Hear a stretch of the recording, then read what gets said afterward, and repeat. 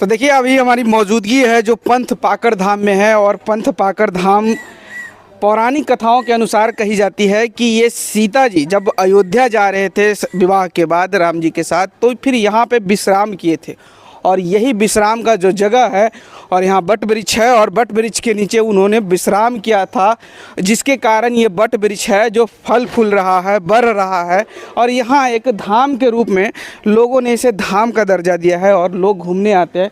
देखिए किस तरीके से यहाँ पे पूजा पाठ का जो स्थल है जो काफ़ी प्रचलित है, और हम इधर से गुजर रहे थे तो सोचे आपको भी इसका दर्शन करवाएं, क्योंकि जिस प्रकार से आप देख सकते हैं, हम कैमरामैन को एक बार बोलेंगे दिखाने के लिए कि जिस तरीके से बट वृक्ष का जो जाल है, यहाँ कह सकते हैं पूरा जो जाल है वो बट वृक्ष है।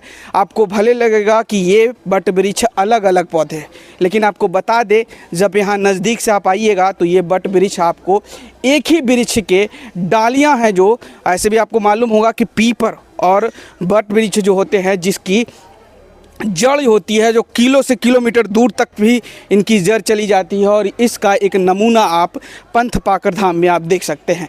जिस प्रकार से बट वृक्ष का है, आपको पूरा जो इसका सोर्स है बट वृक्ष का, वो सोर्स भी दिखाएंगे आपको कि ये बट वृक्ष किस तरीके से पूरे एरिया में बट वृक्ष का जो शाखाएं हैं वो शाखाएं फैली हुई है।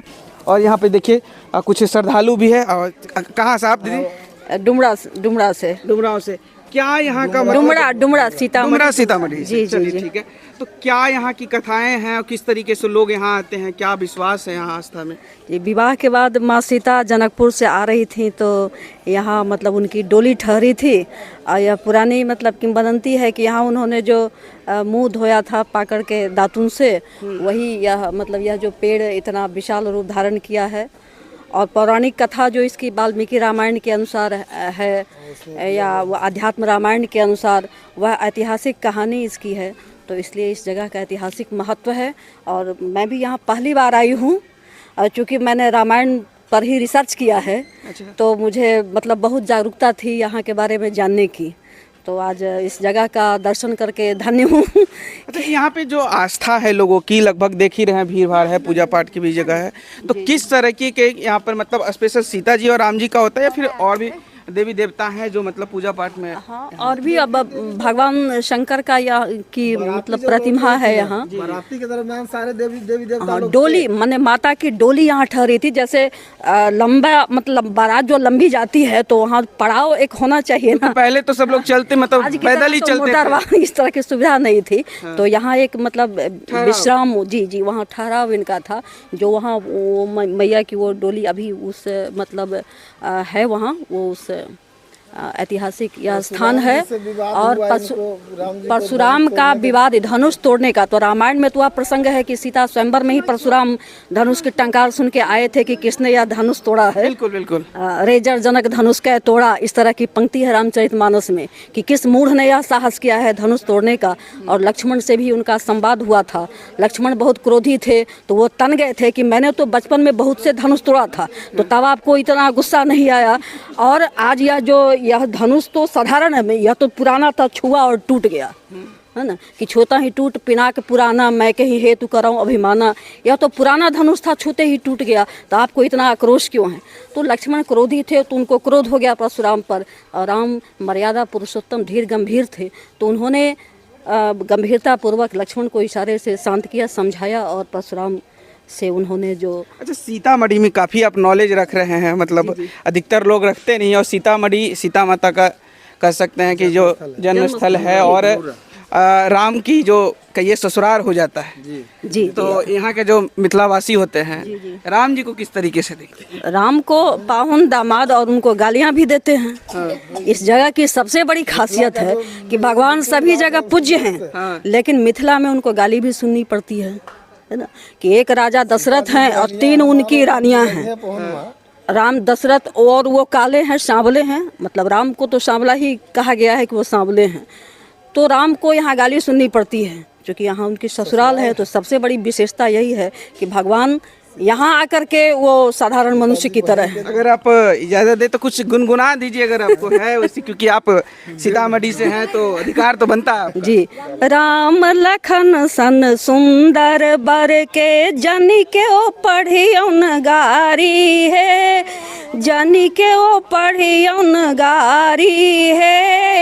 एक राजा दशरथ तीन तीन रानी, दशरथ राज अनाड़ी है। खीर खाए के पुत्र जनमौलन, अवधक नारी खिलाड़ी है। राम लखन सन सुंदर बर के जानी के ओ पढ़ियौन गारी है।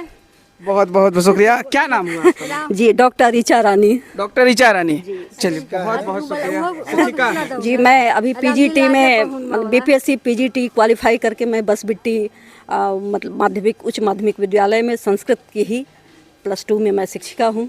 बहुत बहुत शुक्रिया, मिलकर अच्छा लगा। आप सर क्या करते हैं? मैं तो ऑटो ड्राइवर हूँ। अच्छा, आप यहाँ लोकली मतलब लोकल गाड़ी वगैरह सीतामढ़ी से हैं। सीतामढ़ी हाँ, से। सीतामढ़ी तो आप तो यहाँ हमेशा यात्रियों को लाते होंगे जो लोग होते हैं जी। कैसे कैसे लोग आते होंगे लगभग? बहुत बहुत लोग आते हैं यहाँ, मैंने क्या कहते हैं तपोस्थली जो है ना वह, और शक्तिपीठ वह उसमें से एक ये है स्थान। यहाँ के लोग जी, मानते हैं उस जी, चीज़ जी, को। जी। चलिए बहुत बहुत शुक्रिया। तो देखिए यहाँ के लोगों की बातें आपने सुनी, जिस प्रकार से महिला बता रही थी और जिस प्रकार से यहाँ के लोगों की बातें होती है, राम जी के साथ जो संबंध है वो संबंध की चर्चा भी उन्होंने की। और हम आपको दिखाना चाहेंगे जो पालकी है, क्योंकि सीता जी जिस प्रकार से पालकी से जा रही थी तो यहाँ विश्राम की थी, तो यहाँ देखिए उसी तरीके की पालकी बनाई है और सीता जी के विश्राम के लिए ये जगह है। और इसी बट वृक्ष के नीचे वो विराम किए थे और विराम करने के बाद यहाँ से अयोध्या के लिए प्रस्थान भी किए थे।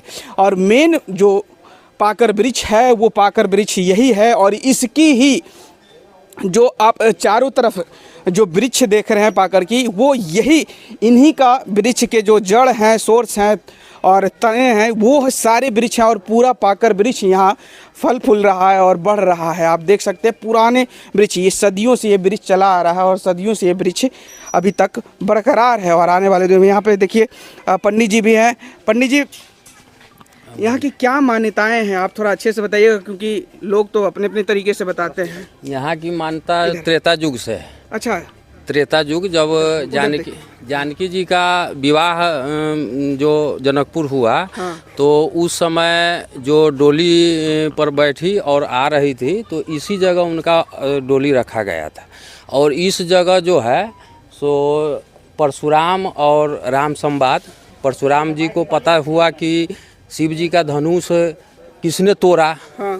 तो यहाँ आए तो इसके बाद जो है सो इसी जगह उनका राम और परशुराम संवाद इसी जगह हुआ है। और ये वृक्ष जो देख रहे हैं, ये जब जानकी जी जीविया के मुँह धोई और जीविया की, तो इस जगह जो है सो ये उस जीविया से इसका वृक्ष निर्माण हुआ।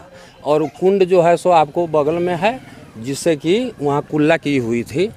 तो यहीं इसका इतिहास है त्रेता युग का। ये पाकर का वृक्ष है लमसम, पाकर। और लगभग त्रेता युग से चलता आ रहा है। तो देखिए जिस प्रकार से, नाम क्या हुआ सरकार आपका? जगत नारायण। जगत नारायण जी। तो देखिए जैसा कि आपने जगत नारायण जी को सुना, वो साफ तरीके से बता रहे थे कि माता जानकी यहाँ से जब अयोध्या के लिए विवाह के बाद प्रस्थान कर रही थी तो यहाँ उन्होंने आराम किया और पाकर वृक्ष से दातुन किया था। और वही दातुन है जो यहाँ पे वो फेंकी थी, तो जिससे एक वृक्ष का निर्माण हुआ। और ये वृक्ष अभी पूरे, ये लगभग अच्छी बड़ी इसकी चौहद्दी मतलब अच्छी वृक्ष, इसका क्षेत्रफल कह सकते हैं। और सभी जगह देखिए उसी पाकर वृक्ष का जो वृक्ष है वो फैला हुआ है। और ये देखिए ये जो कुंड है, और यहीं पे वो माँ जानकी कूला की थी दातुन करने के बाद, और यही इनकी पूरी कथा है। देखिए हम आपको ये दर्शन दिखाने की कोशिश कर रहे थे। आपको ये दर्शन कैसा लगा वो हमें कमेंट में ज़रूर बताइएगा। और ऐसे ही तमाम खबरों से जुड़े रहने के लिए हमारे चैनल को लाइक से सब्सक्राइब कीजिएगा। धन्यवाद।